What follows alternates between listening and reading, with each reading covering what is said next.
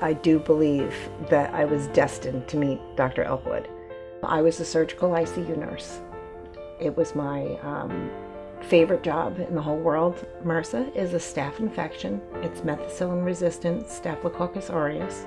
They didn't recognize it as MRSA at first. They thought it was just a general skin infection, so they treated me for that, and then it got worse. And I lived with the result of the MRSA, which was a partially paralyzed left arm.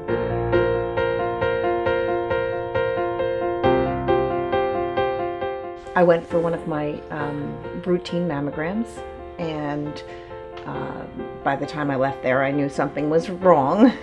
And so they sent me for a biopsy, and it came back positive.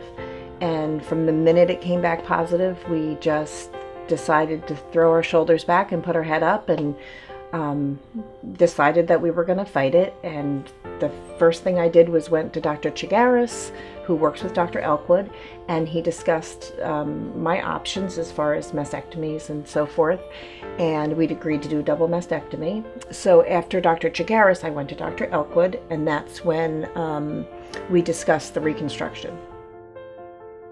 When I met Dr. Elkwood, I was wearing that brace that I told you about, the mechanical brace, and one shoulder was inches lower than the other. And when I walked in the door, he said, "What's all that going on there?" And I said, "Oh, that's nothing. That's a brace that I wear." And he said, "Well, why do you wear it?" And I explained to him why I wear it. And he said, "I can fix that, your shoulder." And I said, "No, you can't." I said, "I've had many doctors tell me that it can't be fixed, that you're going to wear the brace for the rest of your life." Dr. Elkwood insisted that he could fix it. And that first visit with him, he spent 2 hours or more with me. He was so excited. You could see it in his face. He was so excited that he was going to be able to help me, not just with the breast reconstruction, but getting use of my arm back. It was his excitement that led me to believe that, this could really be possible. So we did. We fixed everything all at once in one surgery.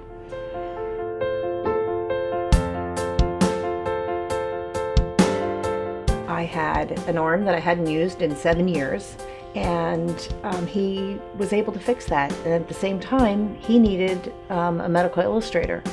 And medical illustration is something that was near and dear to my heart. When I was 14 years old, I knew I wanted to be a medical illustrator. Now I have the opportunity to do the job that I love doing, that I can use my nursing background to communicate with the doctors about what it is that they'd like to illustrate. And at the same time, I get to use one of my favorite things in the world to express myself, which is art. I believe that Dr. Elkwood has changed my life profoundly. I'm a different person now than I was before I got breast cancer, and I owe a lot of that to him.